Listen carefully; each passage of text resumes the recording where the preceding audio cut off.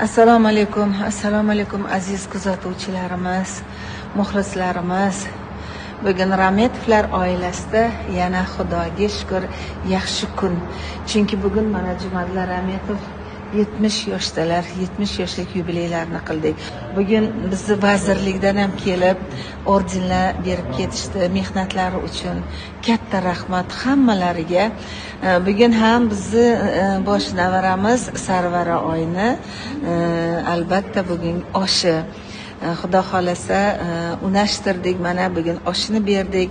Sarvara oyim bosh navaram ilohim baxtli bo'lsin, qo'sha qarisin. Kuyovimiz ham nomlari Azizbek, ikkalasi qo'sha qarisin ilohim. Yaxshi yana evaralardan bersin kelajakda. Beshik to'y, aqiqa to'ylarga yetkazsin.